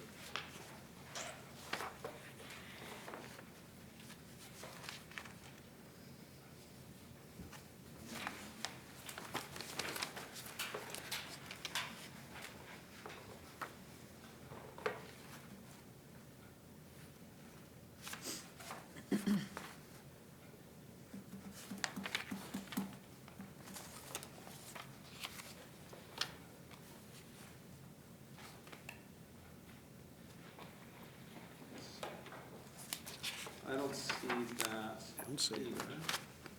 However, Doesn't appear to be part of the federal requirement. well, what we're talking about is it's the only way for us to identify it. So you may have someone else who's able to identify it in a different way, but we don't have that ability. Just, I mean, to Mr. Silvestri's point, that part of it is not part of the federal requirement. That's something we're electing to do to make every citizen come in person. I don't think it's part of the federal requirement. I would have to go back and review it. Right now, I don't have it in front of me. Okay. But as far as I'm concerned, I think the idea is that how else are we going to do it? So we need to see photo ID, and we need to see them. And without that, we're not going to know who they are. So if they just call us on the phone and they say who we are, then we're not going to necessarily know who we are. And so that's really our only way of verification. I suppose there's other things we could try to do. We could ask them to do numerous things, right? And we can, if that becomes an issue and it becomes something that's a problem, we can look back and try to revise our policy in some way. But I'm not really sure what other way we're going to have of knowing who they are or who they say they are. But there's countless organizations that have ways in which they do that. I've never shown up in person to my credit card holder to vouch for the fact that I am who I am. Yeah, but they do a credit check on you, they take your social security number, they do all sorts of things. Okay. Yeah, and if you defraud them, then the rest of us pay for it. And they're not Same thing with using, this. they're not using taxpayer dollars when we're. Well, I know it's covered under insurance, but regardless, okay. I mean, we're not going to run credit checks, we're not going to do those things. Okay.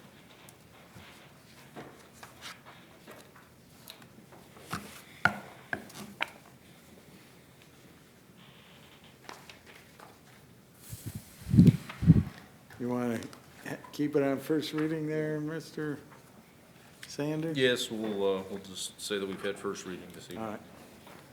Ordinance number 2019-23 has had its first reading. Resolution number 2019-66 will be presented by Mr. Silvestri. It is a budgeted item. Would you please read the title, Mr. Paul? Resolution number 2019-66, a resolution authorizing additional contract funds and declaring an emergency. All right, Mr. Silvestri, the floor is yours, sir. Thank you, Mr. President. This piece of legislation concerns a water line replacement and upgrade. We went from a 6-inch cast iron water line down on Freelander Road to a 12-inch ductile iron water line. And it just so happened that our contractor came in with a bid that was just under the amount that requires council's approval at $49,500. All was going well until when the water service was being transferred over the old, before it was completely transferred, the old line began to leak, which you'd think that that was validation that this project occurred just in the nick of time. We did get service transferred over, but before we did, there was that leak of water under the roadway created a cavern under there, which is not safe. So sometimes water leaks and it's not a problem, and other times with these leaks, comes the displacement of some material underground that we have to fill. So that took the project up over the $50,000 limit, so this is before council for an additional $3,500 to get this taken care of. And Roger is here if there's any additional questions, but I appreciate his additional information. Thank you. Weren't fast enough, Roger. Almost. Just kidding. You were right on track, though. Yeah. Just kidding. Perhaps we could review the finer points of this for the next 30 or 40 minutes. Water For happens. $3,500. Water happens. This was not marked for suspension, Mr. President,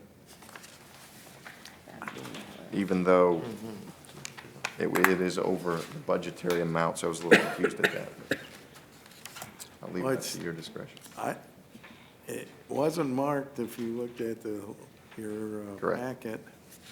And I don't know what it was originally budgeted for. $49,500.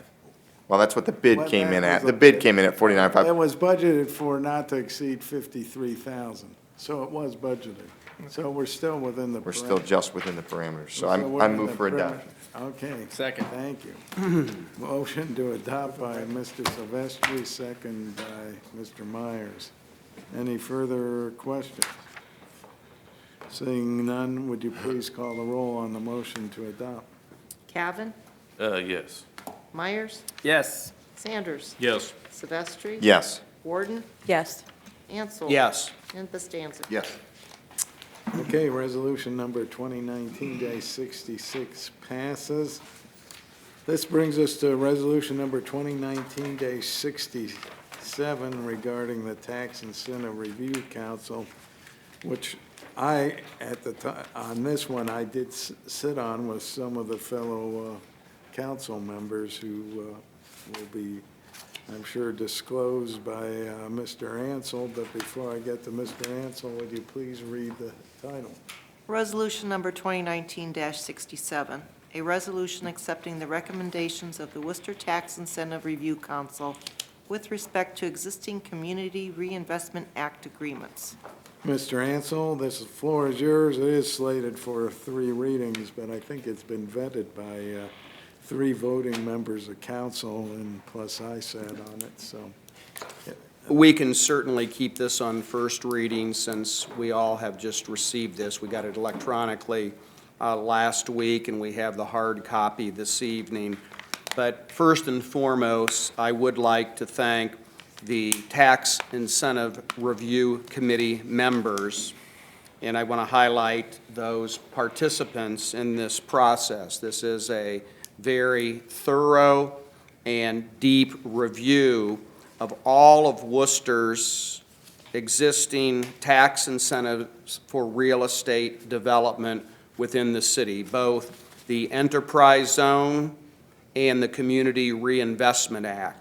And the committee consists of Mayor Bob Brenneman, President Mike Beitendijk, Ms. Jara Underwood, Mr. Andre Dordia, Mr. William Gantz, Mr. Kip Crane, Mr. Adam Briggs, Ms. Alicia Holford, Mr. Ryan Gilbert.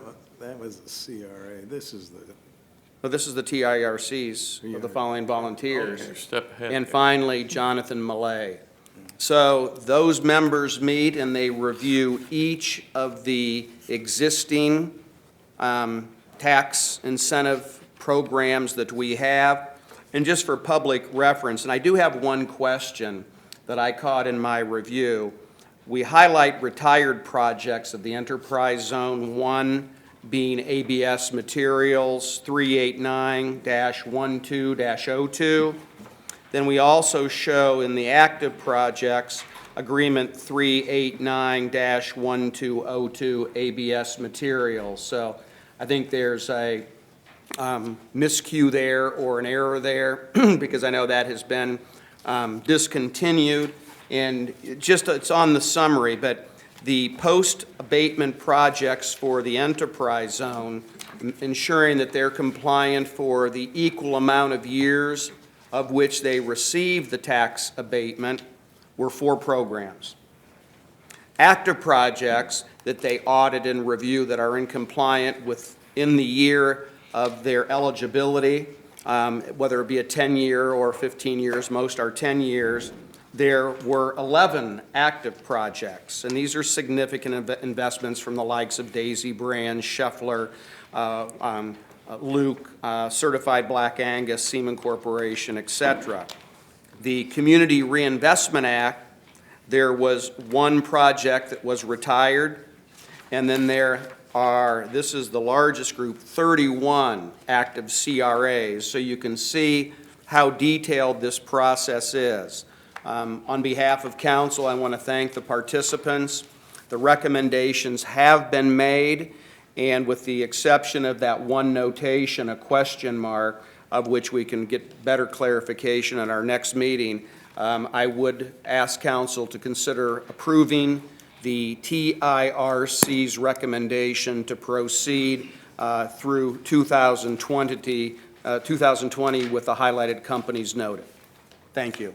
And I got the Turk and CRA confused, so I apologize. Okay. And I should point out that Ms. Warden appeared at the Turk Thank you, Ms. in Warden. lieu of me. So we'll keep that on first reading, and let's be prepared to accept the recommendations of the Tax Incentive Review Committee at the next council session. Okay, we'll consider, I've lost my place. Oh, I've lost my, Actually, that's two, Mr. President, I combine, and I know we have to go through the Robert's Rules of Etiquette here, that would be Resolution 2019-67, which is the CRA agreements. Yeah. Followed by 68, which is the EZ, Enterprise Zone Agreements. mm-hmm. Both being left on first reading this evening. Correct. Yeah, we haven't read the 68 yet, so that's why I'm a little confused. I tend to get ahead of myself, Mr. President. So we'll consider resolution number 2019-67 as having its first reading, which brings us to resolution number 2019-68, which will be presented by Mr. Ansel, and that will involve 3 readings as well, but we will need Ms. DiPaolo to read the title. Resolution number 2019-68, a resolution accepting the recommendations of the Worcester Tax Incentive Review Council with respect to existing enterprise zone agreements. Mr. Ansel, the floor is yours. Ditto my prior commentary regarding the Could you please repeat? tax incentive reviews recommendation for the enterprise zone agreements. So we'll consider that resolution number 2019-68 as having its first reading with the intention of probably voting on it at the next meeting. Brings us to resolution number 2019-69, which will be presented by Mr. Ansel. It is also slated for 3 readings, but Ms. DiPaolo needs to read it first before I get back to you, Mr. Ansel. Resolution number 2019-69, a resolution authorizing the Director of Administration to enter into a contract to join Buckeye, Ohio Risk Management Association Benefits Pool, BORMA, for the furnishing and administration of employee health care benefits. Mr. Ansel, the floor is yours, sir. I commend the city administration for embarking upon this process in an effort to help control the rising costs for health care for all city employees. As all companies and most individuals are constantly facing the escalating cost of health care, and rather than just accept our traditional 8 to 10% increase in medical cost each year, the city went out and explored other service providers. Unfortunately, that process was not productive. All costs came in higher. They then looked at a co-op, a management pool, called the Buckeye Ohio Risk Management Association. Many companies and municipalities are embarking upon these other type of aggregated pooled cooperatives, and it's just a higher base where they can spread risk along a higher concentration of employees, young to old. And the BORMA member increase was averaging about 4% annually. We did a deep review of the primary benefits of this option to the city and the stop-loss coverage expected on high-dollar claims, and they have recommended that we pursue this co-op to maintain our expenses. I don't know if the net is going to be equal to or slightly higher, but it will be far less than the 8 to 10% that we would have expected or realized under the traditional plan. And Mr. Doherty supplied the different levels of coverage and the annual cost to employees of a gold plan and a silver plan. Council should have been copied on that to see what the cost structure, the sliding cost structure will be for single, employee with spouse, employee, children, the family plan. And again, the two programs are a bit different in terms of the level of coverage and the copay and so forth. Looking at these options, these numbers were subject to change, of course, but they shouldn't be materially different. The total cost for employee health care for the city of Worcester will be about $4 million for 2020, compared to what could have been somewhere closer to $4.5 to $4.6 million if we would have stayed with the former plan providing. So thank you for that detailed review. They've done their homework. If you would like to keep this on first reading so you can ask questions, I'm happy to do so. But you can see they've given the carrier solicitation list with the stop loss and the administration. They did a deep dive. There's about 20 different service providers that they assessed and analyzed, and the BORMA cooperative pool came back as the most competitive cost structure for health care benefits for city and municipal employees. So we'll leave this on first reading. If you have any questions, please channel those questions to the administration. Out of courtesy, copy council if there's anything that you would like us to be aware of, and then we can be prepared at our next meeting to vote on this important initiative. Thank you again for saving $300,000 to $400,000 in a very challenging health care providing scenario. And I know in private business, it's one of our most challenging and unmanageable cost. It's a very arbitrary number. It's unfortunate, but it is what it is. Costs are going up and services are increasing and concentration is increasing. So thank you, City Administration. Thank you, Council. All right, we'll consider resolution number 2019-69 as having its first reading. Brings us to the last piece of legislation, resolution number 2019-70. If you would, please, Ms. DiPaolo, read one last time. Resolution number 2019-70, a resolution appointing a representative and an alternate to serve on the Board of Directors of the Buckeye, Ohio Risk Management Association Benefits Pool, BORMA. This is nothing more than the support structure for our participation into BORMA. Through that participation, we are allocated one person to represent the city of Worcester on the Board of Directors of BORMA. It's a very routine process. It's kind of like the WARCOG. The members of the WARCOG have representatives at the Board of Directors, and That would be our human resource manager, assigned to that task and function representing Worcester and ensuring continuity of services and cost maintenance and cost allocation of the pooled collective dollars gathered. So we'll keep that piece of legislation for next council session, and we can vote the two. Yes, Mr. Silvestri. I just want to point out that the thanks that our administrator gets for saving us hundreds of thousands of dollars is probably a few more meetings to attend, it looks like. So I don't know how often Borma meets, but I want to thank Joel in advance if we do go with this plan for his service. I'll probably delegate quite a few to our HR manager. Okay. Yeah, I noticed the delegation was spelled out in the legislation, so. Thanks in advance. Well, thank you. Thinking out of the box in terms of cost containment is always appreciated. I know that was a very difficult and lengthy, time-consuming process, but to save $300,000 to $400,000, it was worth it. Thank you. So I will consider resolution number 2019-70 as having its first reading.